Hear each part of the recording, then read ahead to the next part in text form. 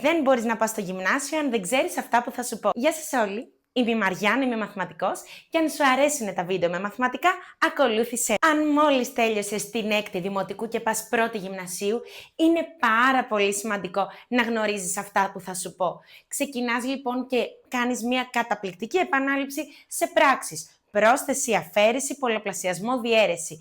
Φυσικά, χρειάζεται να ξέρεις τέλεια την προπαίδεια. Συνήθως στα πρώτα μαθήματα οι καθηγητές σας ρωτάνε την προπαίδεια, οπότε αυτό πρέπει να το ξέρεις τέλεια. Συνεχίζουμε με δυνάμεις, δηλαδή 2 στο τετράγωνο, πώς μου κάνει 4. Είναι κομμάτια που τα έχεις μάθει στην 6η δημοτικού και θεωρούνται διδαγμένα στην πρώτη γυμνασίου. Φυσικά, εκεί θα κάνεις και αριθμητικές παραστάσεις και πρέπει να ξέρεις τέλεια τα κλάσματα που είναι από τα πιο σημαντικά κομμάτια της πρώτης γυμνασίου. Εννοείται ότι θα μάθεις πάρα πολλά ακόμα, αλλά αυτά είναι που πρέπει να τα παίζεις στα δάχτυλα.